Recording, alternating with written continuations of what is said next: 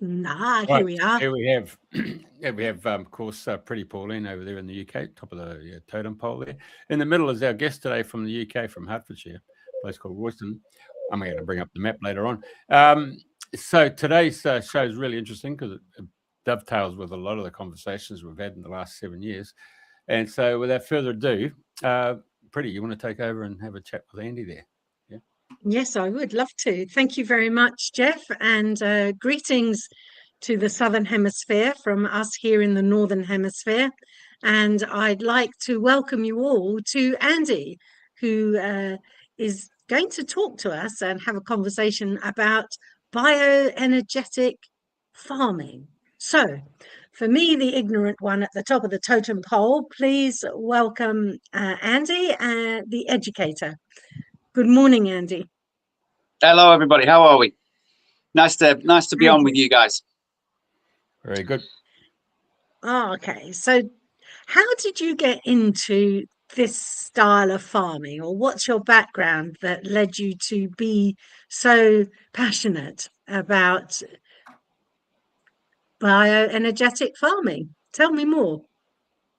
Well, my own journey is one of health. So sport and exercise science degree in the 90s that progressively led to a more and more alternative perspective on health. By 2013, I was becoming a yoga teacher after doing, lots of other things. I'd been a personal trainer for many years, and then I actually was a plumber for a while. And long story short, my wife and I, we were living in Wellington, New Zealand for 12 years. And after about 5 of those, we got into yoga. My body was very much a bit of the classic young man body. I was in my early 30s. I'd done many things, and triathlon had taken my life for a while as well, which tends to wreck your body. And football, usual stories. I was a bit wrecked. So I got into the whole yoga thing, and I found a lot more than just physical yoga. I found lots of other types of movement patterns as well. And that led me into other things like meditation and nutrition very naturally. I was already very focused on nutrition. And I became a health coach. And then that ruled my life for about 7 years. And we had a studio in Wellington. And so I was all about the optimization, basically, of the man and the woman. That was my focus for most of my life. Ever since being a young boy, basically, being very sick and turning myself around at the age of 10 and becoming very capable from being very incapable. And I was very intrigued about what we could do to our health. But that's, I suppose, the grounding, the form, the necessary foundation that I needed to then come into an era where essentially our food, our environment, our soil, obviously, our water is under great threat. And we all know this. And so it's been in the background of all of our lives for many decades that we've got so many harvests remaining. And there are many, many factors involved, of course, to the environmental upheaval. And so I realized that there's no point talking about food as part of the model of health if we had no idea where that food came from. And the idea that food really should come from where we live, where we place our bodies every day, whether we create that food or not. It needs to be from our local biome, our local environment, as our ancestors would have eaten. And of course, at the moment, we're eating very sterilized food that travels the globe. And by the time it comes to you, whether it's labeled as organic or otherwise, it certainly isn't. And it's probably got a less than one Brix value in it, which is really, really very low for sugars, which correlates with nutrition density. And it's probably rotting inside before you even eat it. It's most definitely dead. Anyway, it's got no bacteria on it because it's been sprayed. Sorry, did you want to say something, Pauline? Yeah, I was listening, but the signal went a little. Yes, I'm following you very nicely. So the idea, it started in your life. Just to recap, it started in your life because you were quite poorly, sickly as a child, and then you became fascinated in how to optimize health for men and women, and then you went into the food side of things. And there's the big penny dropping. Well, if you're going to talk about food, what about where we grow it locally? and that's the place where we need to sustain ourselves if we're going to be part of the environment and be part of this organic, natural way of living. Is that about right? Yeah, that's about right. Yeah, Okay, nailed it. so here you are now, landed in all sorts of ways in Royston. And what is it? I mean, from New Zealand, that's a fair trip, to be honest. What led you to come to England? Came back in 2020, November 2020. We did. The studio was shut down. Went into lockdown, and we didn't renew the lease. And we considered our futures a few months later, and came back to England due to multiple reasons, but family fundamentally, like a lot of people did. There was a lot of expats came home, didn't they, from all over the world. New Zealand had its fair share of return expats, and so did Britain. So I feel that was the right move for me and my family, to be near my aging in-laws, for example, and my older stepdaughter as well. So we're all under the one border now. And what with my personal lean, that's Alfredo the cockerel, by the way. He'll probably say hello a few times. What with my personal lean towards great health, I feel that it's drastically important that my family has that great health primarily, and then by extension the people that I love and my community at large, which could be essentially many people I'm not even aware of just yet. Our community, certainly, that we've created is bigger than we realize in the farming movement. Alfredo's certainly going for it, isn't he? Yeah, no problem. That's what happens when you're live. I can't hear very well. Is that a cow, Alfredo? No, it's a rooster. A pig. rooster. It's a rooster. Gosh, you can hear it. I can't. Yeah, loud and clear, mate. He's really loud. Yeah. All right, then, well, benefits of going live. Yeah. So just to let everyone know, you are sitting just outside a barn. Yeah. In one of the fields. That's right. With Alfredo the rooster, who's the most tame wee man you've ever met for a cockerel. He's beautiful. He's stunning. He does a little dance when you come to see him. Really? Okay, well, with a bit of luck, I'll witness that at some point. Yeah. So what is it that got you into the farming? Because you've talked about optimizing health, the yoga, and now you're back in the UK, 2010 or thereabouts. 2020 back in the UK. Oh, 2020. Oh, so we're talking about 6 years worth. Yeah. So what happened then? You've landed on an aeroplane. You've come back to terra firma and local areas with family. Where did the farming bit come in?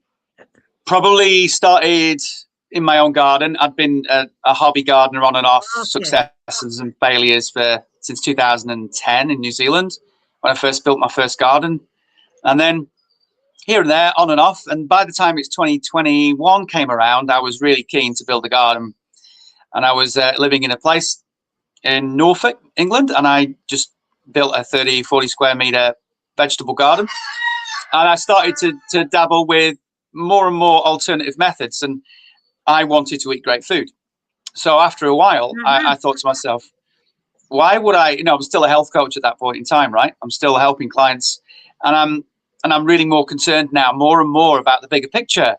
You can't take the man and the woman's body and mind and soul and entirety in isolation of the world, Mother Gaia, your environment. You can't do that. It's simply ridiculous. We all come from the soil, you might argue.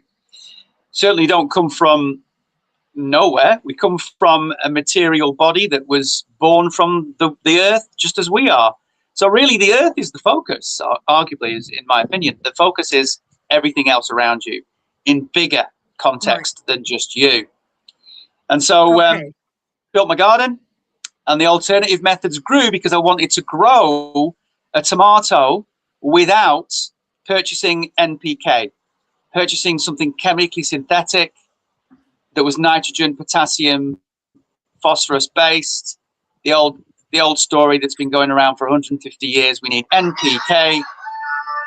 and nothing else. Well, I argue that that's just utter rubbish. It can't be that way. We've got 70 odd minerals here on planet Earth, and plenty more material that is of value to us. So what about life? What about biology, right? You know, NPK, synthetic NPK in particular, is not biology. It's far from it. In fact, it's so far from it that it doesn't even need biology for the plant to uptake it. Now, that to me is an oxymoron, and is thus it's just dangerous. It's what it is. It's dangerous. So we've been wallowing in that type of farming for over 100 years, and post World War One. Bearing in mind that this originates from mustard gas reserves. You know, we're talking about eating essentially chemical toxicity on the highest of levels, and I can't imagine that that's good for anybody. So I certainly decided to adopt a different strategy in my own garden. And some 2.5 years ago, I bumped into my now friend and fellow voyager in this journey, a chap called Francesco. And there's now 3 of us that are focused here in England doing this in community, in private community. So hopefully that gives you some context, Pauline. It does. So the Holy Trinity came together, and you are magicking up some. What kind of crops are you growing? What are the fruits, vegetables, grains? What is it that you grow? Beside and that this is Alfredo keeps an eye on. He does. Well, this being our first year, first professional year, we built a 22 meter, it out with, as you can imagine, to begin with, salads and things like radishes, etc. Put the potatoes in. So we've harvested a crop of potatoes already. I do like a potato, by the way. A bit like Bill Mollington from permaculture. He loved his potatoes. So for me, if you want to eat in the winter, you want to eat potato, squash, and pumpkin. If you want to eat quickly, and thereafter, obviously, you've got your fermenteds and your preserveds. But our major focus right now, and we have a farm day in a few days, is tomatoes. The good old English gardener loves a tomato. And cucumber, some peppers coming on, some potatoes, again, second crop coming. We've got some fennel in the mix. We've got some fantastic courgettes. We had a cauliflower harvest come and gone. And there are some beans, peas have gone now. A few greens coming on as well. But the major focus is, without overwhelming ourselves, because we're also installing and getting material together for various clients who donate to us in return, so they can do this in their own garden. So we're very busy people, right? So without overwhelming ourselves, we thought, let's just go for what we know we can manage. Because what we're here to do at this farm, this micro farm beginning, is to prove case. So it's all about proof of concept, and to prove the case that the work that we do, and that's our website there that's coming up, the work that we do is legitimate here in England, because it's legitimized in other locations around the world, because there's lots of private community doing it in Italy, for example, and France. It stretches across Europe quite well, and other places. There's some 50,000 hectares. We're not entirely sure, because it's all very private. It's done on a very sort of private donation based system. So people keep themselves to themselves. But I can tell you that, for example, in Italy, which we're very connected with, there are some of the inputs here, the bioenergetic inputs that include things like geotherapy, microbiology, and electroculture. There are some of the farms that are using these that are producing Michelin star vegetables, selling them to Michelin star restaurants, and they're producing fine wines, fine olive oils, essential oil herbs, and fine meat and dairy product. So, for example, the most expensive rosé 2 years ago in Italy, I don't know whether they still are, is utilizing all of these techniques. Because they're generally biodynamic permaculture-based farmers anyway, and anyone with that natural lean looks to further extend their position in the market at the very least, or further improve the well-being and the nutrition density of the environment and the food that grow within that environment. The two are the same, of course, they go hand in hand. But are you in business selling great wine, or are you just providing food for the community? And both apply. Okay. But here in England, nada, largely nada. So for some reason, the Europeans are way ahead. They're literally 20 years ahead. 20 years this has been going on. All right. So you've mentioned a word or two in there that I wouldn't easily understand. Geotherapy. What's geotherapy? Yeah. So geotherapy is a 40-year-old science, very, very accepted. It's used for remineralization of the soil and carbon capture. So largely you'll come across geotherapy in the form of rock dust being sprayed, distributed on farm fields for free, largely because the carbon capture element of it, which I believe is very arguable, but nonetheless, that's how it's marketed, is funded by the big hedge funds, the big carbon hedge funds. So the huge companies out there that input the monies and the funding into the hedge funds, of course, get the credit. And they get the credit by having purchased all the material, the tractors, the spreaders, etc., the logistics from the mines, etc., and getting it to the farm fields and then spreading it on the farm field. And it's all about giving the soil some nutrition. And the nutrition is essentially found from rock, usually of a volcanic nature, because it's full of, well, wonderful minerals, but also rare earths as well.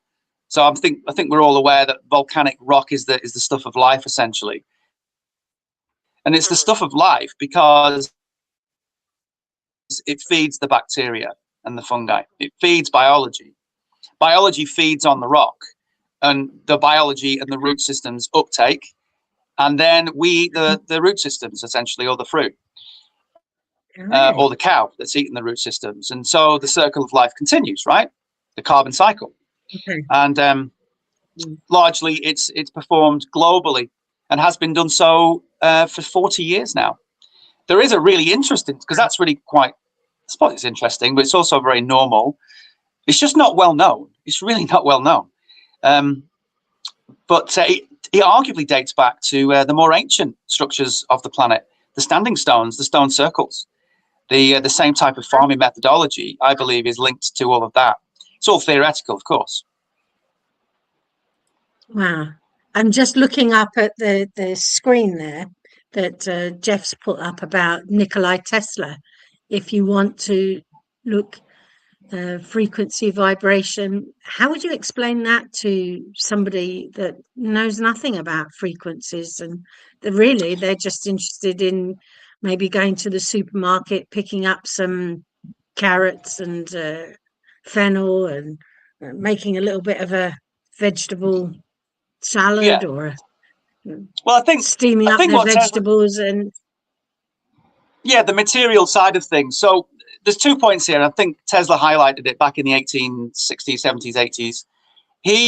He's saying that essentially we're none of us made of what we can see. So if we can see less than 0.00 to the power 9 of the actual electromagnetic spectrum, so with our eyes we see less than they're about a tenth of 1%. Then what else is out there? And bearing in mind the electromagnetic spectrum is essentially a frequency spectrum. So we as a body are oscillating at over multiple million cycles per second. And, you know, some argue upwards of 50 million cycles per second. I'm not sure exactly what it is. But essentially what I'm saying there is that you and I are invisible. It's just that our eyes can't see that. So we keep reappearing and disappearing several million times a second.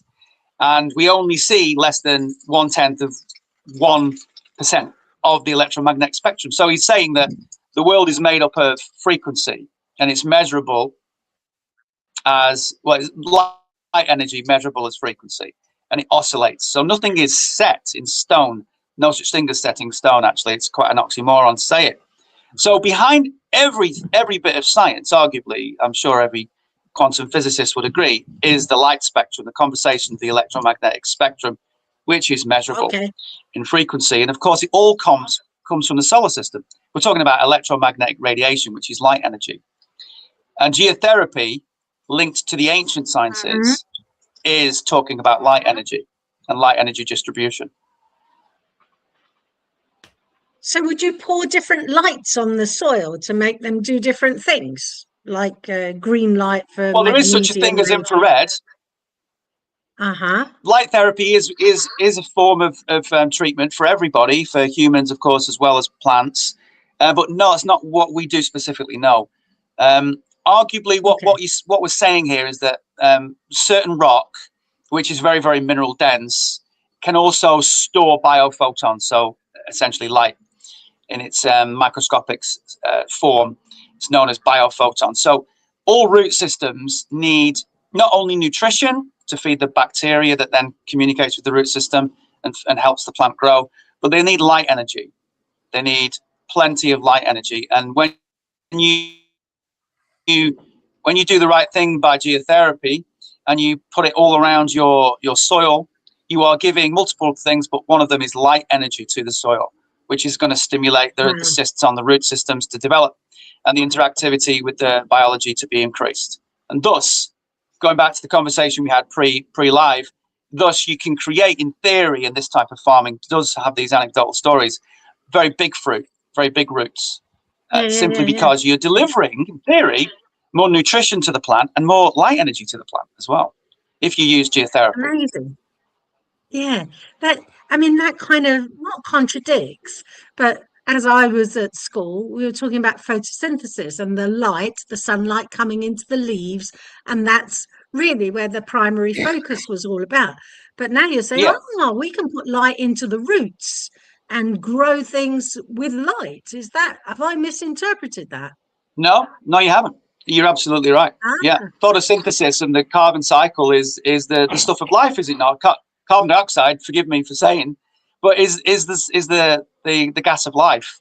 And any polytunnel grower will tell you that they'll, back in the day and still to this day, they'll shut the polytunnel doors and they'll get canisters of CO2 and they'll let them off, and then the tomato plants grow like crazy, because photosynthesis is taking the carbon and from that carbon dioxide, splitting the oxygen and the carbon molecules, and of course giving off the oxygen whilst storing the carbon in order that it can structurally grow. So a tree, for example, is essentially, arguably, grown from carbon in the atmosphere. Nothing from the soil, really, not that you can measure, only minerals that are microscopic, but carbon over many, many years, many, many hundreds of years, is exactly what you're seeing, materialized carbon, when you look at a tree and when you look at a plant. So carbon dioxide, 0.03%, 4% of the atmosphere, is the stuff of life. We can't let it go further down. We certainly can't let it go too high, but we certainly can't let it go further down. And oxygen, we know, is at 21. So I'm just going to bring a little bit of politics in here because it's just flashed through my mind. Don't we have some kind of zero carbon kind of campaign going across Europe and that at the moment? And it's over my head. I don't understand. It's over my head. It's over my head too. I come from that background that is more interested in what creates life, and if we had, I guess what we're looking for, and I guess what politics is pushing for, is a neutrality. So we're not creating any more than we're utilizing. Now, obviously, one of the things that would create neutrality would be less carbon emissions and plant and tree growth.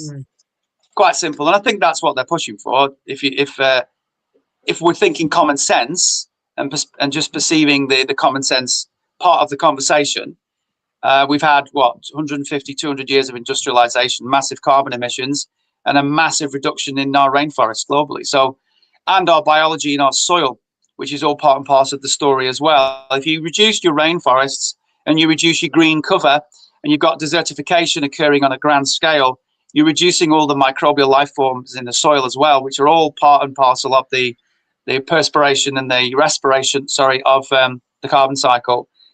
It stands to reason, does it not, that the further and further desertification of those elements is going to result in a terrible climate, a terrible atmosphere, and, well, essentially degradation of every species on the planet, not just the green species. And if you combine that with less industrialization and less emission, you might keep a neutrality. So as far as I'm concerned, the carbon percentage in the atmosphere is as it should be, there or thereabouts, and we don't want it to go too high, and we don't want it to go too low. So for me, carbon zero, net zero, means finding where the balance is best. And we look back through our records of the last 150 years, and it's within range right now, I would argue. Not that I'm a carbon scientist. I am not. I grow food. You grow foods. Let's get back to the hot topic then of growing food, because we love to talk about food on this. Well, I do anyway. So all of your crops, if I have a back garden and I wanted to get started with becoming self-sufficient, a bit like The Good Life in the 70s with Tom and Barbara, yes. Tom and Barbara, yes. Yes, I don't want any pigs in my back garden, that's for sure. But no. So where would I start with all of this? I mean, well, you're talking about the topsoil. Yeah, you start with geotherapy. Yeah, you start with the soil medium. Yeah. And the topsoil medium, of course, is where all the food and root systems are growing. So, and it's the topsoil that really we're talking about when we talk about microbial death and desertification. It's the lack of removal of topsoil, and the removal of life from within the topsoil comes first, which is essentially where we're at now. So most farm fields are 5% life. You know, it's really, really quite low. And at all, there's no self-regeneration anymore. Whereas you'll find self-regeneration occurs in very, very old, untouched native woodlands and forests.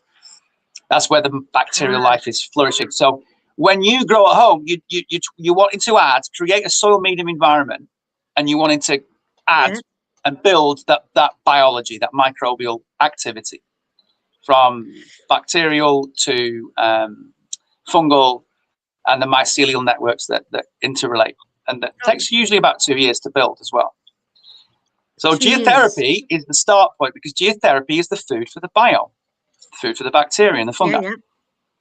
So hence, very little gardening utilizes geotherapy. Usually gardening removes all the grit, all the stone, and it's essentially in the grit and the stone, let's argue, certain stones more than other stone, but let's say stone is where you find minerals, because that's what stone is, a collective of minerals. And quartz as well, of course, very important part of the story, and crucial for photosynthesis as well.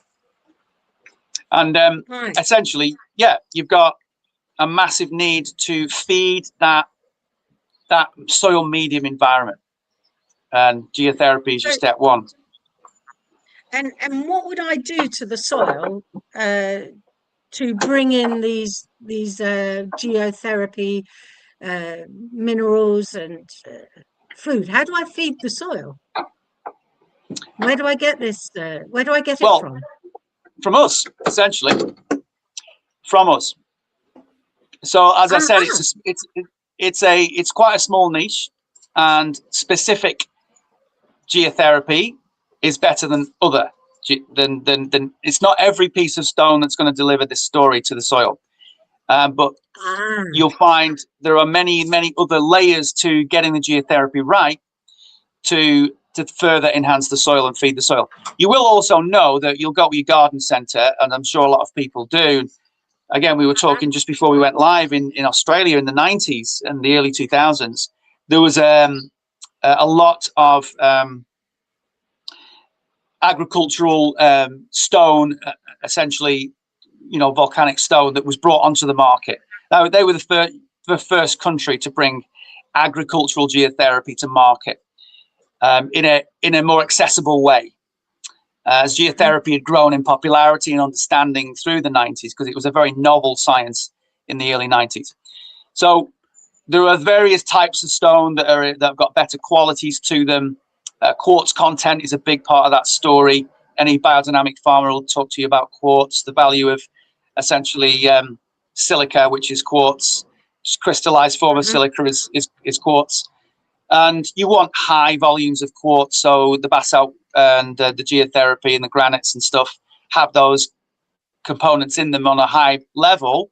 If you went onto Wikipedia now, you'd see that, say, basalt has got 30 to 50% quartz ratio, for example, 20% iron content, 10% calcium, some say 5 to 15% rare earths. It's very, very standard across the globe, but the quartz content can shift quite significantly. So as a result, basalt doesn't have a chemical symbol, doesn't have a chemical formula because it's inconsistent. And we've found a quartz content that's got 56%, which is very, very high. There's another element that's really important to think about when you're talking about volcanic rock dust. And essentially, that is the magnetism of it. So with 20% ferrous material in a stone, that stone has it's got something we call paramagnetism. And paramagnetism is a crucial part of the story to make all of this work. And it's essentially drawing a little bit of it's got a little magnetic pull to it, just a gentle pull. So if I were to put a magnet over a cup of or a plate of, say, basalt with a high paramagnetic value, the magnet would pick up some of the stone, and you'd see it stuck to the magnet. And a lot of people don't know that. I didn't know that a few years ago. And of course, when you put that into a soil and you really want that bacteria to thrive, what you need for that bacteria to thrive is an electromagnetic environment. And it needs to have that pull. And then the bacteria can grow. So bacteria really are, well, they're microscopic light beings. They are beings that create, like we do in community, a charge, a measurable voltage. And in fact, in Saudi Arabia, there are electric plants that produce electricity from fungi. So when you've got billions upon billions upon billions of colonies of fungi all swimming together in a great big soup, you can measure a voltage. And power stations in Saudi Arabia follow this principle. So when you put magnetism into the soil through the rock, not just using the rock for its remineralization, but for its magnetic quality, just its innate quality, you're stimulating that electromagnetic environment to further stimulate the fungi and the bacteria, which can generate more fungi and bacteria. As we know, they propagate on an hourly basis, literally every few minutes. Talk about talk about propagation of the species. They've got it in numbers more than anybody. And you'll help that soil medium build into an electric environment, literally, if you pardon the pun. We would use that phrase, wouldn't we, to stipulate a quality environment, a vital environment. I kind of get it. All right. So now I come to you and I get some. It almost sounds like stardust, magic dust that I'm going to put into the soil to feed it, to get it to have a bit of a boost, bit of chutzpah, a charge in it, and then start to grow whatever it is I want to. Yeah. Pumpkins, courgettes, onions. Onions are good, are they? Yeah, absolutely. I mean, the principle is true for all food that wants to grow in a soil medium. What are the basic core elements of a soil medium that people need to be aware of? And of course, a lot of people have been aware of bacteria for many, many moons. That's why we use manures, obviously, or natural compost teas made from things like nettle and natural weeds in the garden.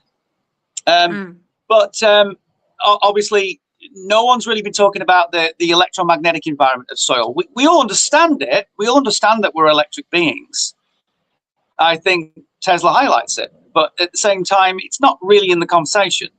So bacteria needs an electromagnetic environment. Otherwise, you're going to put the manure on there. It's going to be full of bacteria.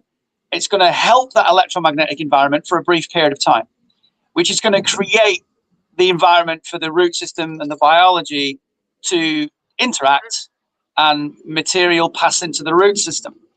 But after a while, if the soil is not, if that electromagnetic environment is depleting in the soil, so for the reason being that the bacteria in the manure is being utilized and is dying faster than it can regenerate, then we need to add more electromagnetic stimuli. And geotherapy is a very effective way of doing that. All right. So this weekend, you let us know before we came on air that in the barn and farm area around you, you're going to have an open day. And what can people expect if they come along to see you there? Well, in the future, when we have more, definitely. This one's booked out. It's a really interesting field, so people are very keen to see what we show. Essentially, you've got some fairly unique techniques that are in line with all other natural techniques.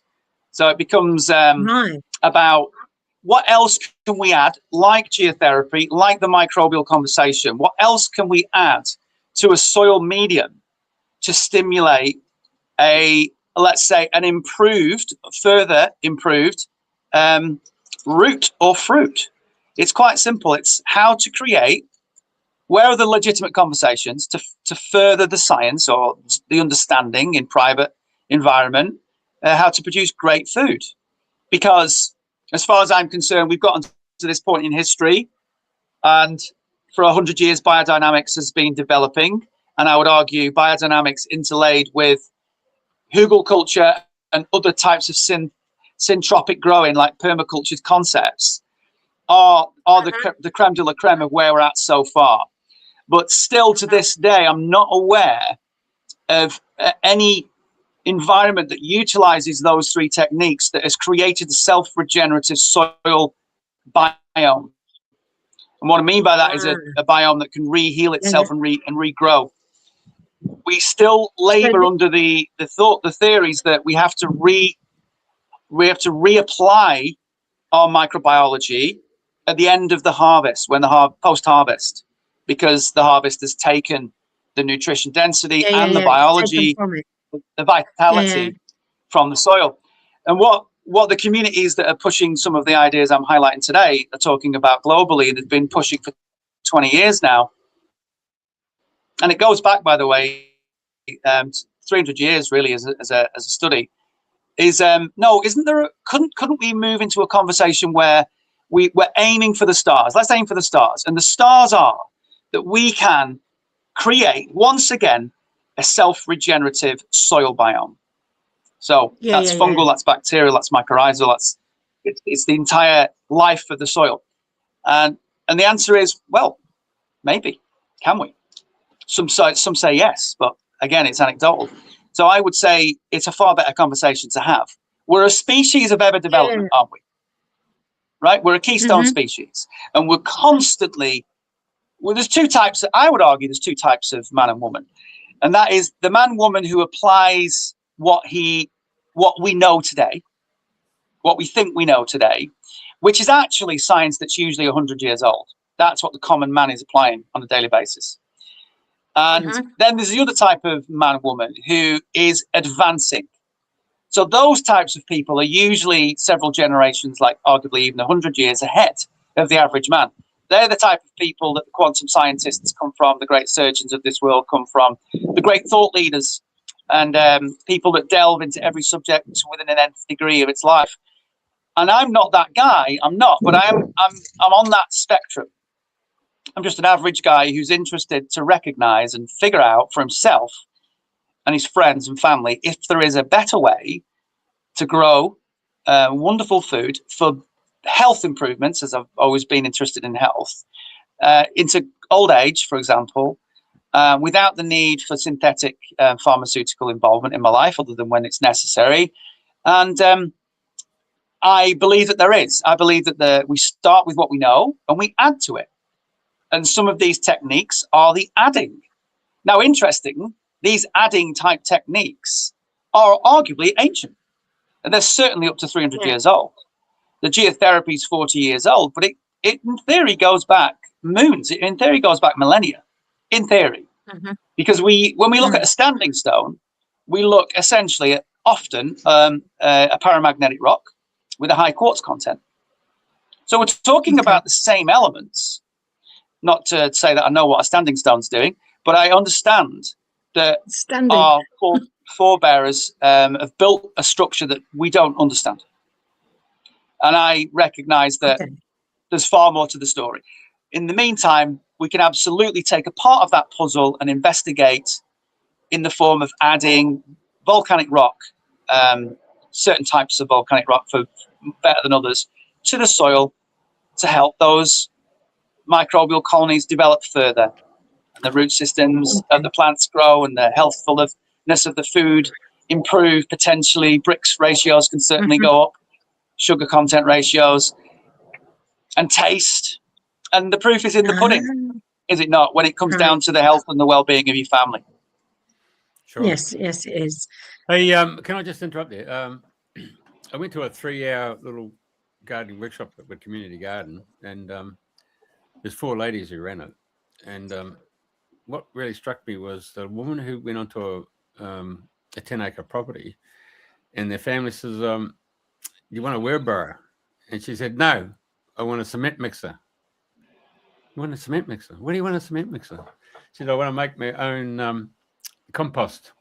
So yeah, she got the concrete mixer, and she got a bit of topsoil, she got sand in there, she got the leaf litter, and then she started mixing it up, put other little herbs and spices and everything else, you name it. And then and while I'm talking to you, while I was listening to you, and I'm thinking, well, if you added the basalt and other things into that mix, I mean, then you can spread it around on your garden. You got a really potent garden bed.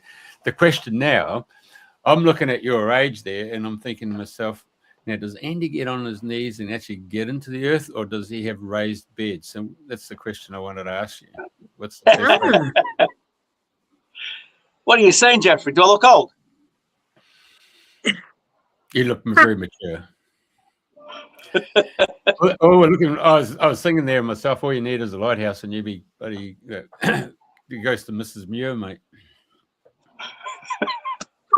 Yeah, I think it's probably the grey beard. Don't be fooled. The grey beard, it's just wisdom, mate. Wisdom, that's all it is. It's the expression of the wisdom. Right. So you just need the staff and the crystal on it, and then you can be a Merlin, yeah? Yeah, I could be Gandalf. Is that what you're saying? Yeah. Yeah. No. Let's. So come back to the point. End of the earth, or raised beds. Yeah, well, we do have a little bit of a raised bed, but it's only 12 inches, so still got to bend down. And we're also putting it direct into the earth as well. But yeah, all these techniques that I'm talking about can be applied in a raised bed in your back garden in a very small way for a family, or they can be scaled and just put direct into the ground in an open field. And it really does come down to scale and what plant you might have to help you so you don't get a bad back.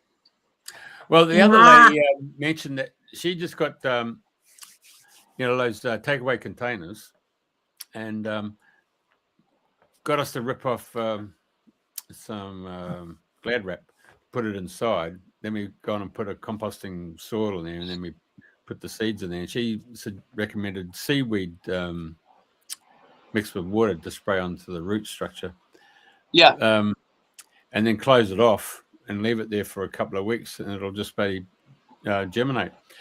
What was the question? Oh, yeah. But before we actually put those the earth in there, she got us to put cinnamon into the little composting soil there, because it stops the bloody insects, the bugs getting in and upsetting your seed growth. Have you come across that, cinnamon? No, I haven't come across cinnamon use. Now, interestingly, I take cinnamon every day of my life in my own body. I have a big consideration towards its capacity inside my digestive system, and the assistance of the bacterial colony in my gut. So I would argue it's a supportive, like a lot of plants are, as we know, companion-like supportive elements to certain plants. Cinnamon bark being a very medicinal plant.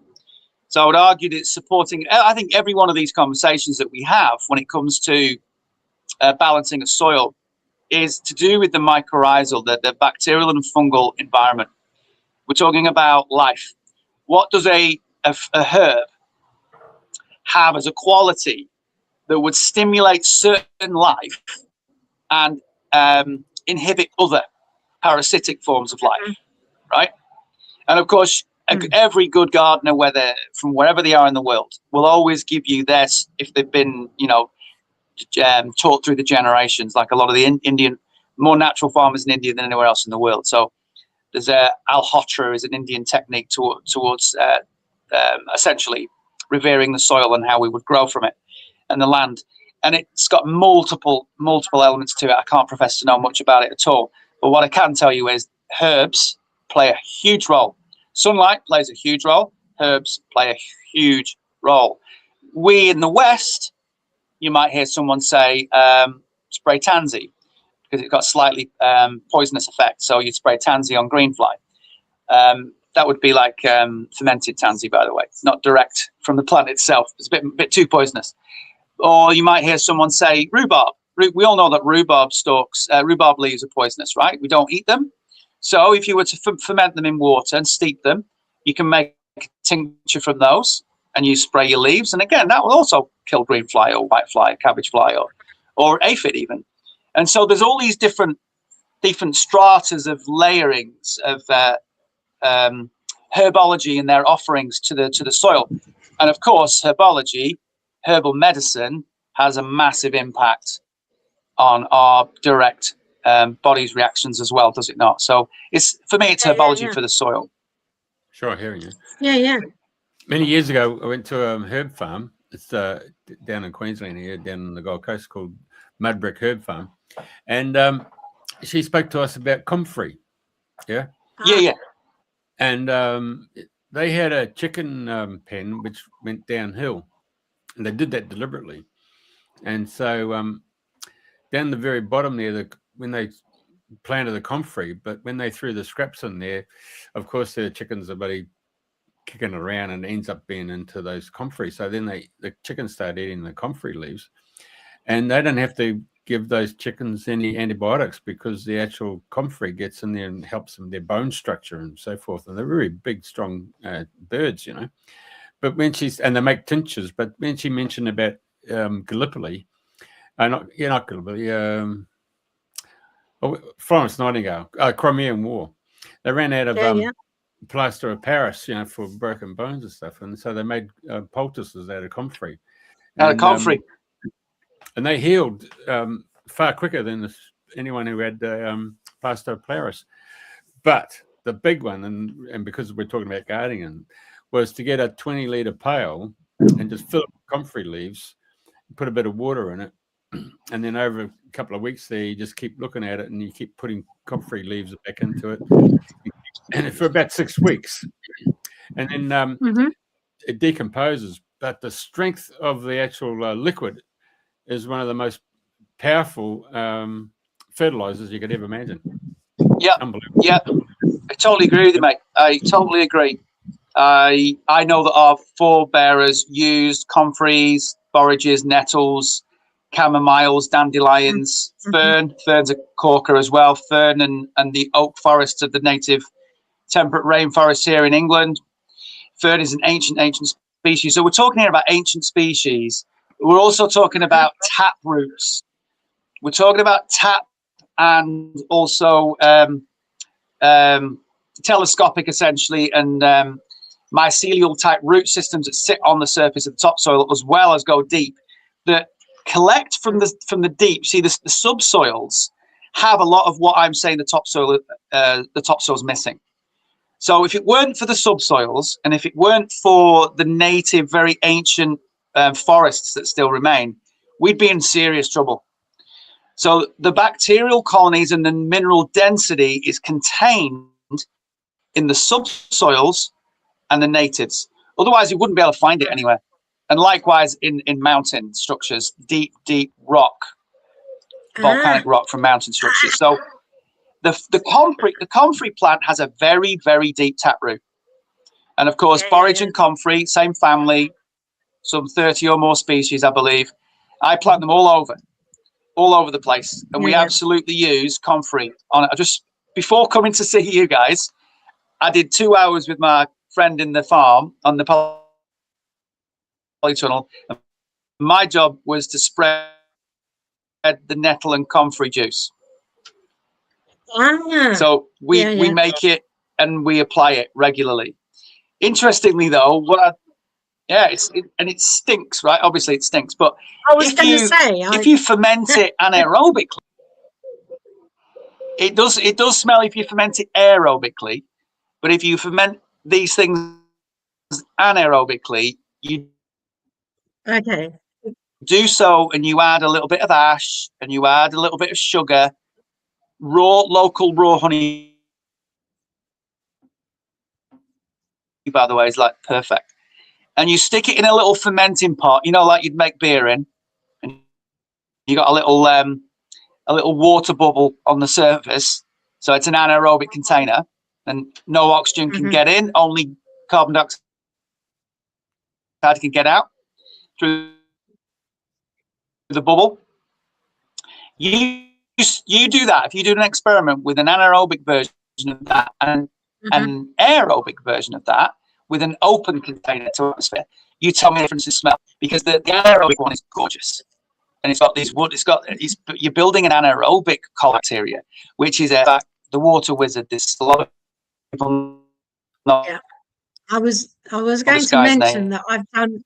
Yeah, you guys, I've done some stuff probably with come across him, right? nettles. Victor Schauberger, the forest ranger, the Austrian chap. Yeah. He died. He was the man who essentially concluded one of his theories is essentially the. Go on. Yeah, we're getting an audio. You have to repeat that. Yeah, we're getting audio loss now. You were talking about Victor Schauberg? No. Yeah, I was talking about Victor Schauberger. Can you hear me, guys? We lost you now. before. Yeah. Yep. Okay, so I was just saying the difference between number one, comfrey essential, borage comfrey essential, nettle essential, and there are other herbs. And the reason they're essential is they go deep down into the anaerobic subsoils, and they collect not only minerals but bacteria. And and they bring that microbial colony and fungi to the surface, into the topsoils, which are lacking all of this. And anaerobic environments, crucially, according to Victor Schauberger, where you find your supportive microfloral colonies. Whereas aerobic bacteria, and the reason it stinks, is you've got both supportive. Yeah, you've got both supportive bacterial colonies, and you've also got damaging, so parasitic, essentially those that are bringing disease. So he would have argued back in the 30s, 40s, and 50s that the farmer who was brewing his aerobic fermented mixes of comfrey, etc., was also breeding the perpetual disease that he was trying to rid his farm soils of. Oops. Huge debates over this, of course. Huge debates, but it smells a lot sweeter, and it's always worth an experiment, in my opinion. Do an aerobic and do an anaerobic comfrey and nettle tea, and you tell me what you'd prefer to drink should you ever want to. Right. Well, we had a little note there, didn't we, from someone that talked about they've introduced the idea of tobacco, but I didn't think tobacco would grow in this country. Might do in Australia. Tobacco is good for the garden. It's illegal. It's illegal to grow it, unfortunately. Oh. Okay, so that's the end of that story. Yeah, I wouldn't know. So I wouldn't know, but arguably, I wonder. Have you ever come across Anastasia, the ringing cedar set from Russia, Siberia? Yeah, I haven't read the series, but a lot of people have told me about it here and there. Yeah. As long as you get the English version, because my mate went and ordered it and came in Russian. They're quite expensive books. One of the tricks of the trade with her was getting the pure seed, not the ones that have been played with, and getting the seeds and placing them in your mouth. And you rinse it with your own enzymes that are in your mouth for at least 9 minutes, and then once you've done that, then you bring them out, and then you just hold them in your hand, and you put your hand right up into the in the air there to bring down the cosmic energy, and you then go and plant them. And the whole scenario here is that those seeds now with your enzymes start producing the fruits and the vegetables associated with your own DNA. So it actually becomes, the food is your medicine is your food. So it's the whole principle of you embedding your DNA into the appropriate seed. Yeah, look, Jeffrey, you bang on. I love that concept, and I first came across that 3 years ago, maybe, and it struck a chord in me because it's so theoretical, of course, but why not try it, right? The reason we do this in private communities is that we can just have fun, right? There's no pressure. There's no, it's not a business. It's just let's have a go, and who are we harming? So that's one of the goals that we have. We do other things as well. But the biggest subject that you highlight there, which is a really important subject to consider on multiple levels, is this idea that you might phrase back to relationship. Okay? So it goes back to what I said before when I first got into this space. Pauline was asking me, why am I here doing this? It was the recognition that, as you heard, one of my points was, hang on a minute, what about the food? Can't prove where the food comes from, can't prove the quality. And is it that we should be eating the food from kind of nearby? Doesn't it contain the local biome? Doesn't it give us atmosphere on this particular piece of land on Earth? And when you put a seed in your mouth, you are absolutely 100% connected to that concept. Whether you believe it true or not, you're connected to the concept of it that it represents. And I say, we go one further than that. We go to wherever you live, wherever you place your footprint, wherever you place your auric field, your energetic body. Sorry about that. We got flight paths to Luton and Stansted above us here. Yeah. Wherever you eat food that's had your energetic expression, go anywhere near it, you're doing the same thing. So ideally, what I'm saying there is back to relationship means you live in the area and or even potentially even work on the farm, but that might not be for everybody, that provides the food that you eat. And so in India, there's a food community out there that are testing food all over the world. I can tell you about that in a minute if you want. And they work very closely with a lot of people in India because India's got the greatest natural food growing populations in the world. And often the farms are smaller and they're providing to the local community. So they sell directly at market in the local high street round the corner from the farm. So therefore, the people that buy the food live near the food or even work on the farm. And even my point being, even if you're walking past the farm and you're walking to school and you're leaving the imprint of your footprint or just the energetic imprint that you leave as you pass through an area, because you're an electric energetic being, right? You're introducing yourself to that environment. The plants, the flora, the fauna know you. You're part of them. They're part of you. You're the same. You're the same. Ecosystem. It's the same thing. You're putting the seed in your mouth, or you're putting your footprint on the soil that grows the food. Same thing. Same story. And it's called back to relationship.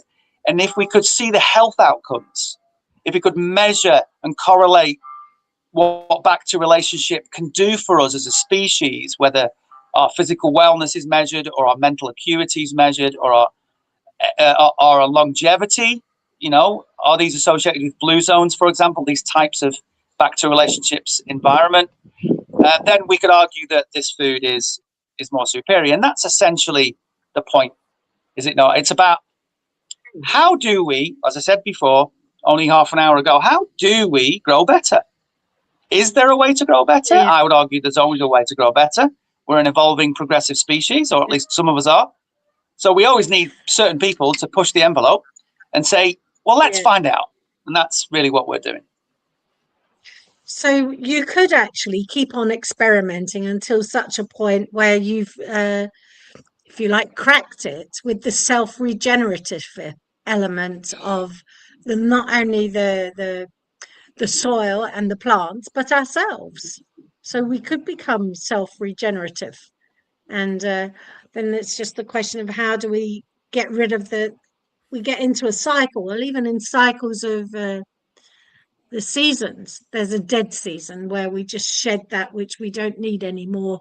Certainly winter is a classic for that, but we can still sustain ourselves in winter with nuts and things that are from the plant world.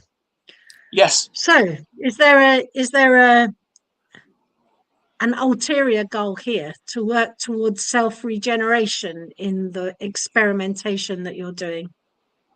It interests me greatly.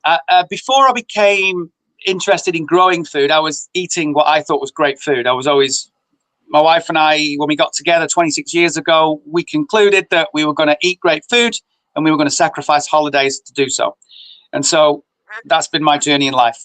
Great inputs wherever possible without being a saint, you understand? And of course, evolving through the years as well in what I perceive is great food. So, for example, I still would drink alcohol, but I would argue, although I've gone through periods of time being teetotal, I would argue that when we come together as community and we express our, the best part of our cultures are expressed through communal eating and drinking, dancing experiences, where we are ultimately celebrating life, right? And we do that historically through harvests or through solar cycles or celestial events, historically as people throughout the many ages. And I would say that regeneration was a part of, self-regeneration was a part of our normal cycle. So on the 15th of the month, it would have been solstice or equinox or harvest or something. The moon was waxing, and we would dance and we would eat and we would celebrate. Okay. And we'd all eat different things and we'd all have different expressions of our humanity. But we'd all eat and we'd all drink and we'd all dance and we'd have fun. Right. And then on the 1st of the month, the moon was waning maybe. And we would heal. We would fast maybe. We would stop. We would meditate maybe. We would go into a hot box maybe, particularly if you're a woman on your cycle. And you would express those moments just as powerfully. And these I called, when I was a meditation coach, I call them the nothing moments. When we stop doing things, we stop eating, we stop talking, we stop thinking, we stop moving, we move into that space of, you know, the Tao Te Ching says it, you know, man was made to sit still and find the truth within. You move into that phase. And that phase is the healing phase. That's the shedding of the skin phase. And then the 15th of the month correlates with certain other types of celestial and or harvest material events on the ground, and you celebrate. That's the hedonistic phase.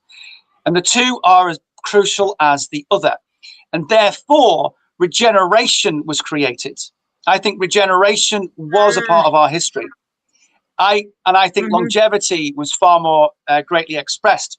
But these are all theories, because I didn't live 1,000 or 5,000 years ago, did I? So, although there's an argument, but certainly I don't have, this body didn't, you know. But the Andy that you're looking at now is just 48 years on this planet. So you recognize, and I did in 2013 when I was going through some really interesting detoxing learning journeys, and I was really improving my health. And I recognized that, you know what? Healing the body was a cultural ritual of my ancestors many moons ago, not my ancestors from the last generation. And I'm now learning some of their techniques, because that's what I believe I came across, some ancient techniques. And I applied them, and I still do to this day, and they result in various reactions in my body that I would argue are beneficial. And when I talk about the biological environment of the soil, it's a mirror of my biological environment of my gut, or that of my body. Of course, I would argue our biome, our gut, the bacterial colonies that we live with, that inhabit this body of ours and co-create with us and digest our food, they are from the soil. So if the soil isn't self-regenerative, the body isn't self-regenerative anymore, no matter what we do. So it's not that we're going to find self-regeneration. The question is more, the statement actually is that we have to. We have to rediscover self-regeneration of the soil biome, because that will have an impact on our self-regeneration. And then we can really move into the wiser teachings of our ancestors in a far greater and more successful way, rather than getting to the age of 90 these days and be doing very, very well. We could maybe extend that. And of course, longevity and blue zones and that sort of conversation is hot topic, has always been hot topic, I would argue. And I would say that over the next generations, we're going to see a dichotomy emerge. We're already seeing it. We're living, our life expectancy is now less. It's dropping year on year now. And from 82 to 81 to 77 to 78, we're dropping down the scale. And yet at the same time, there are colonies of blue zones around the world which are maintaining a good longevity. I don't know whether they're increasing the scale, but they're maintaining the 100-year-old centenarian age populations in places, for example, like Okinawa in Japan, or places in Ecuador, etc., and Crete. These places exist, and I want them to be tested. And I say one of the great ways to test it is to look at the soil, and therefore derive the connection between your bacterial environment, your so-called well-being, and ultimate longevity direct from the soil's bacterial and fungal colonies.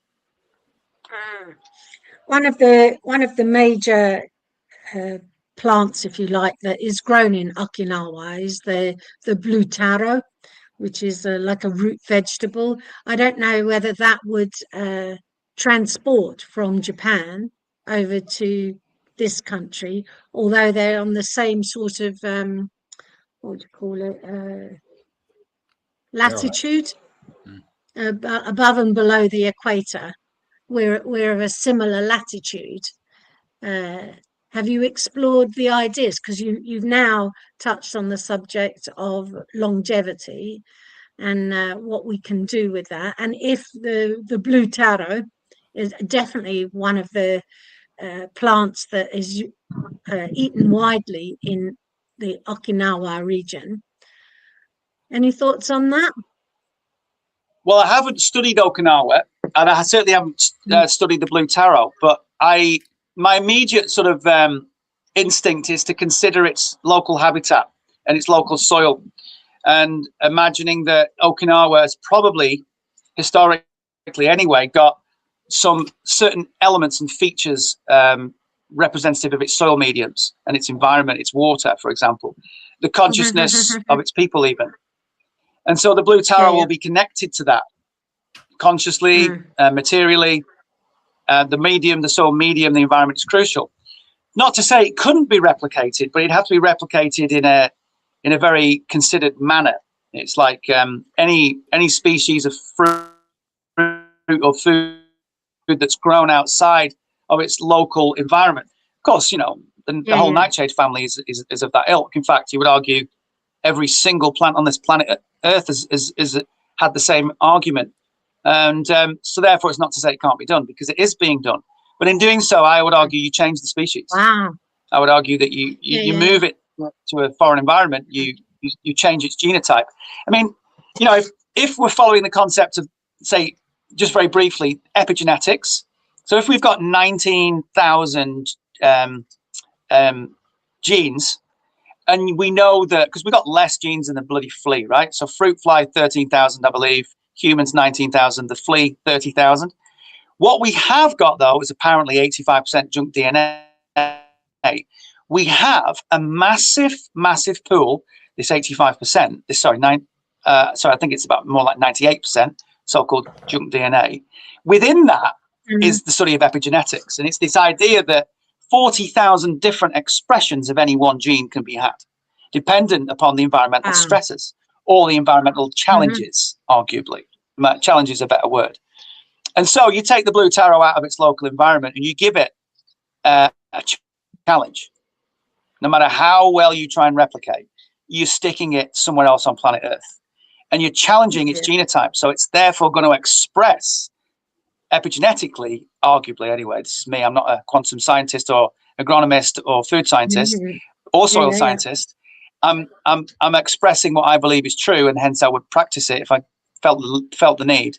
And that's what we should all do. Should just all be little experimenters in our own world. I believe that's how I've lived my life. You would probably get a different expression of the blue tarot, and if we could then measure it molecularly, I would say you'd be proven.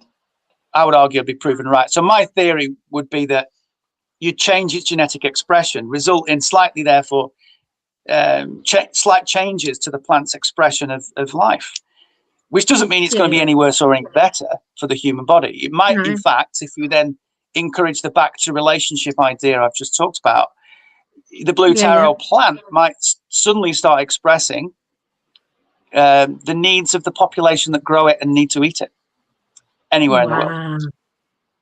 So it's a big conversation, is it not? And I mean, we've got taro in, certainly your friend Francesco would know about taro because they grow it in Italy as well. It's not blue taro, but you're right that you bring that species and it adapts. It's got an intelligence that is beautifully way you've expressed it, that it will provide for the needs of the people that are growing it and the needs of the population and the particular environment that it's finding itself in. And it does it without writing a thesis. It does it without having any conversation at all with anyone. And it just knows, and it just bees. It just be the taro that it was always meant to be.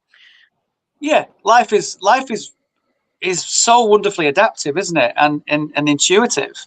If we let it be. It can't be intuitive so easily.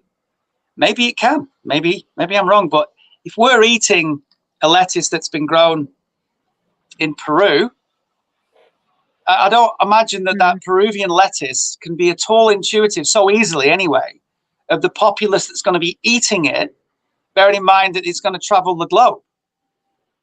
Maybe it becomes more generic. It has to become more generic. And I would argue all plants communicate. So I think I love that idea that I told this to my wife a few years ago because she feeds the house plants, right?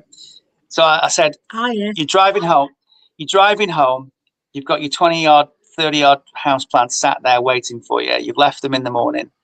They're sad that you've left. You didn't water them. You're driving home. Yes. Yeah. And just 2 miles from home, the plant starts to know that you're on your way home. And it's literally measuring your auric field as you're getting closer. And if you start thinking about it, it's connecting with you as well. And it's so excited. And then what you must do, of course, is when you get home, you must go and pat it and give it some water. And then the plant says, "You didn't do it again. I'm here. I'm still here, and I'm drowned. I'm in a drought. Please." Yeah. Please pay attention. Great idea. So it's a great idea. 25 years ago, over at our community centre, we had plants brought in, and everybody got dividing rods. So we showed them the energy field of the plant. And so each person was given the opportunity to step up to a whole bunch of plants just to see how far the energy field radiated out. And of course, some folks who've never been with dividing rods, they couldn't get any feeling expression whatsoever. So the principle was, okay, take it back to a part of your life where you had the most amazing, joyful situation where you can't get any better than this. The love just pours out, and you just think of that moment. And of course, then the divining rod started to move. And then they could see then when they stepped back just how far that energy field went. So those people who are really, quite intuitive stepped up and they would say, okay, I love you, and all lovely. And anyway, they stepped back to show just how far the energy field was. And now the next part of the experiment was, hey, we're going to have to kill you. Mate, yeah. The whole energy field just collapsed, boom, no question. So then we had to go back and apologize to the plant and say, look, sorry, we just wanted to test it. We just wanted to try it out. So boom, energy field came back. But that comes back to the old, they called it the grandmother experiment in the States. And the experiment was where they were given 3 patches of seeds of the same species. And they were told, one was going to be the control, and you didn't say anything to it at all. And the other batch, you told them they were going to be fantastic. They're just unbelievable. Loved you to the point, humble. And the other one, of course, was you're not going to amount to anything. You're never going to amount to anything. Yeah. All part of life when you're bringing up kids. Yeah.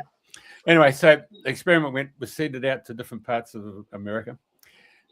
Anyway, as these odd situations would occur when those who are told they weren't going to amount to anything, every now and then there'd be these ones that would just go shoot straight up, and they were the same height and development as the ones that they were going to be told, oh, you're lovely, you're going to amount to something, it'd be fantastic.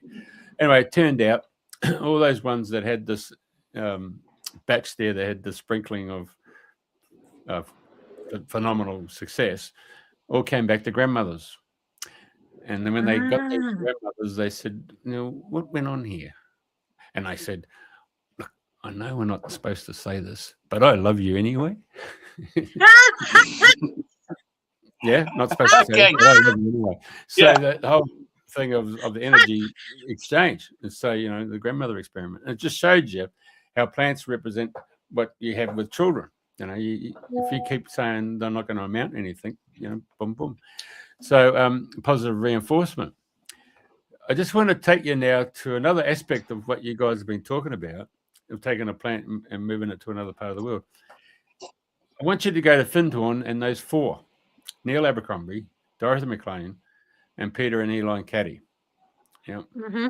So now we're moving into the spiritual world, and it's something subject we haven't really spoken about.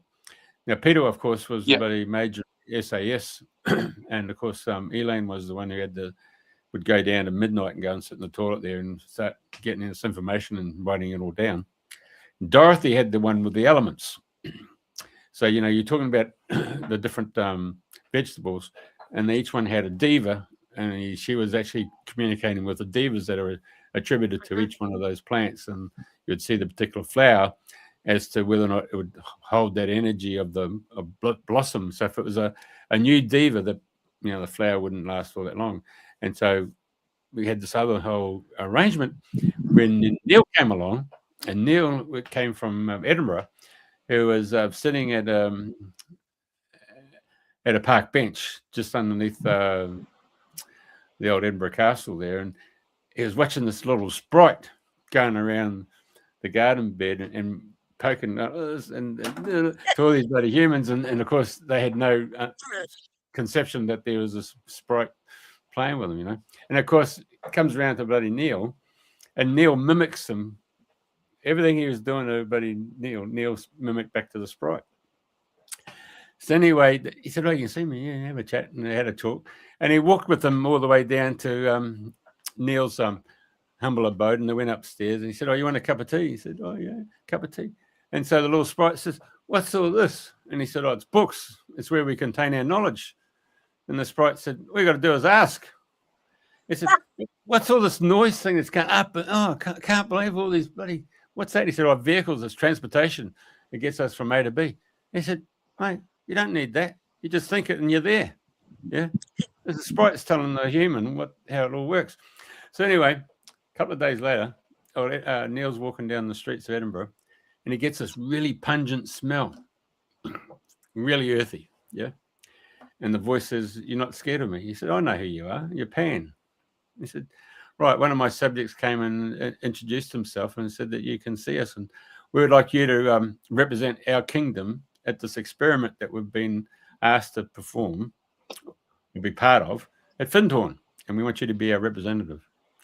And it was a fantastic story. And of course, Peter being SAS, yes, sir, get on the job. Elaine was giving him messages. Anyway, he goes in there and he wreaks havoc with all this natural vegetation. And of course, next second, they all got to complain to Pan. So Pan gets hold of the elves. Elves then come back to bloody Neil and says, "Mate, we're out of here. That you just destroyed all our homes."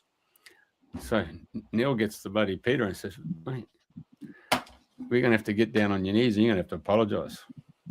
So anyway, an elf was sent to them and said, "Look, you're going to meet the king of the elves, so you have to go to so-and-so coordinates." And of course, they went there at night, and they turn up at these coordinates, and all the bracken has been pushed away, and it's got all these little lights, and they go down the path, and they come to this little clearing there where the elves are all sitting around by the throne. Anyway, then the elf says, "Step forward." "No, you stay back." He's talking to Peter. "You stay back." And it comes to Neil. "Now, we're out of here, mate. That guy over there has just destroyed all our homes." And Neil said, "Look at that. We apologize. That's why I brought him here. He didn't know.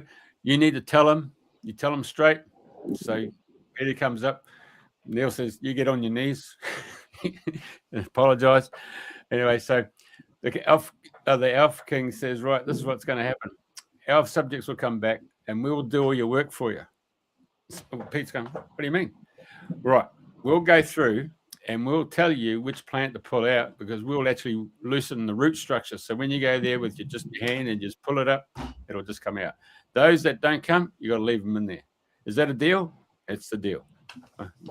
Fantastic. So the point I'm making is that you could actually connect with your devas as well as your natural kingdom, and of course with Elaine working with the higher realms, that the manifestation of Findorn is phenomenal. Yeah. It's a wonderful story, Findorn, isn't it? Yeah, I can see you. Obviously, it means a lot to you. You've obviously studied it, read about it. Oh, I've actually gone up there. People. I made the journey from Australia 3 times to go there and just get a feel for it. I mean, the vegetables were quite substantial, Bloody hell, that's amazing. You really went for it. Wow. Yeah, well, the funny thing is the funny thing is that every member of the human kingdom, if you looked at their physical features, you could look at them and you could see that they actually came from another kingdom. So you might see tall, slim, slender people, and they'll be representation of the dolphin kingdom, and then you see these little small nuggety people, and they came from the earth kingdom. They're gnomes, so you start looking at the physique aspects of the human kingdom, you can start seeing the different kingdoms that they've come into Middle Earth to represent. Yeah, interesting. Yeah, I love that story, that concept. I was talking to you before about the lady Alana, geomantica.com. And you're going to want to talk to that lady. You're going to have a fabulous conversation about this particular topic. So it's not my forte. I've always been a feeler. I've always felt. I don't have that electromagnetic spectrum of vision. I can see a near infrared radiation. That's about as far as I can see. But bearing in mind that we see such a tiny spectrum, I think the feeling sensation is crucial anyway. And I've always felt entities, energies, and I feel people's auras more and more so now as I'm attuned to it, and I'm more confident with what I'm feeling as I'm getting older. And I now know that what you just said is absolute. That we have a kingdom of entities all around us, and that the most important thing to do, and this is what my friend Francesco does, and he really wanted to be on here today to express. But he's such a busy man as we prepare for our workshop. He's literally been on the road all morning. So he's our communicator with the unseen kingdom. And the first thing we do is cleanse the land. First thing we do is communicate and cleanse the land. And I mean materially and energetically. And we want to find harmony. It's all about finding harmony. And harmony comes from conversation, as you just expressed it. Conversation with a number of entities, actually. And the gnome kingdom, the elf kingdom, the fairy kingdom, and the spirit kingdom is all very, very valuable. Not least the energetics, the actual energetics of the earth herself as well, her material energetics, which of course affects every entity as well. And before we even want to grow a plant, and during the whole season, we want to be working on the harmony of that. So the fundamental work to what we're doing, which moves way beyond geotherapy, and we're not a Findorn, we're not doing it, I don't believe, the same way, but I would argue we're tapping into the same ideas, is to always have a system in play that is working on the balance and the harmony, essentially the love of and the healing nature of the environment. and the people working the environment, very crucially, because of course, us people can come in with, well, multiple things, and not least our own discomforts, emotional or spiritual, but also entities. And I have the belief that the man and the woman on this planet has one of the greatest propensities to bring the problems to bear. So we have to constantly work on ourselves, don't we? In order that we aren't upsetting the apple cart, as it were. Okay. But those wonderful entities. I remember talking to the fairies when I was doing my first project a few years ago. And it was the first time I'd ever done that sort of thing. And it was a joyous thing to do, to sit amongst the 1.58 meter potato plants that I grew. Massive potato plants. And there's evidence from the 1920s of 1.8 meter potato plants in France, possibly even taller. But I remember sitting in amongst all of that foliage and essentially communicating with the garden entities that would assist the healthfulness of the soil and the healthfulness of the potatoes that were growing in there. I obviously struggle with that. It feels wonderful. And then if something makes you feel wonderful, do it. Yeah, very good. And so Jeff pulled up a little bit earlier on that you've got other workshops and other things taking place beyond this weekend in September, in Somerton, in other places. And hopefully you and Francesco can come back again. And particularly now you've introduced him in such a way that he talks to the plants and is the more concerned with the communicator. Perhaps we can get both of you to come back again and to carry on with this conversation. I'd love Francesco to be able to speak. Yeah, I really would, Pauline. A bit later on. Yeah. Very so good. For the moment, is there anything that we should have asked you that we haven't asked you that you're bursting to tell the rest of the world? No. You've really stretched the ends of my thoughts and the interest that I have, the private interest that I have in this subject. I'm just living my dream, really. And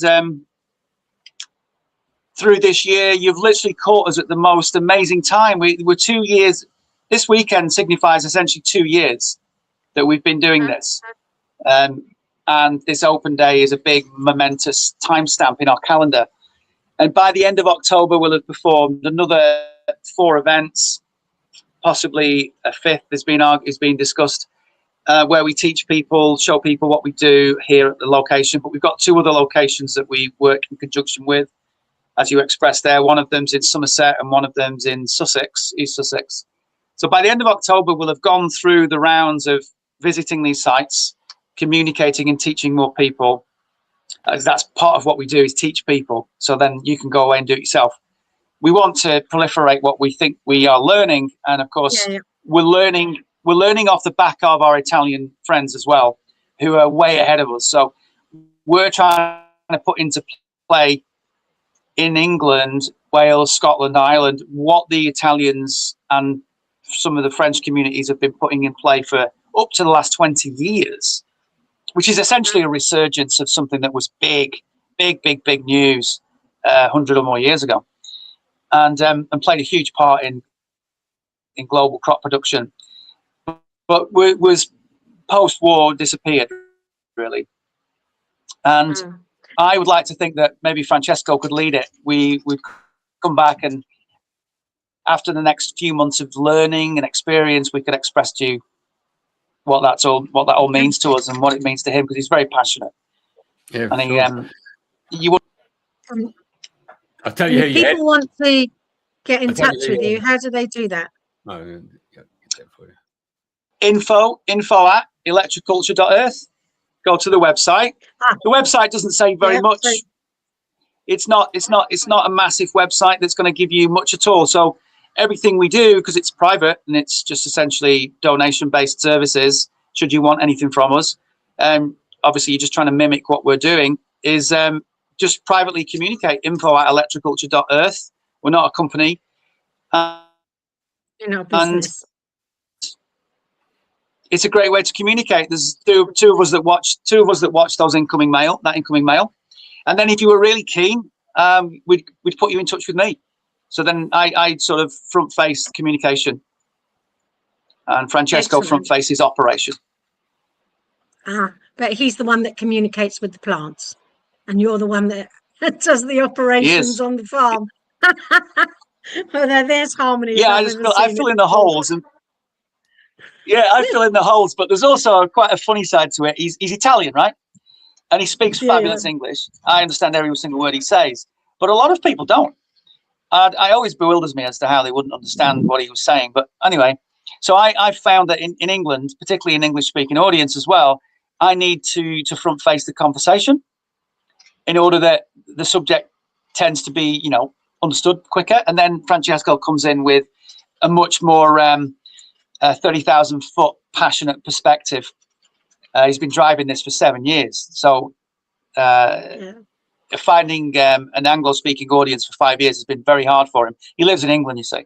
But of course, you learn it all in Italy. And our friends that operate the bigger expressions of this are in Italy. Fantastic. Well, thank you very, very much for taking time out of an extraordinarily busy time to tell the rest of the world what you're doing. It's an absolute joy to have had these conversations with you. And I look forward to our next conversation, particularly if the both of you can be there. And we'll see communications and operators in action. Yes, I'd love to communicate with you again. Let's get on. I'd love to come on again. Bring you Francesco. Thank you very, very much, Andy. So it's goodbye from me here in Sussex, and we'll see you next time. Bye-bye.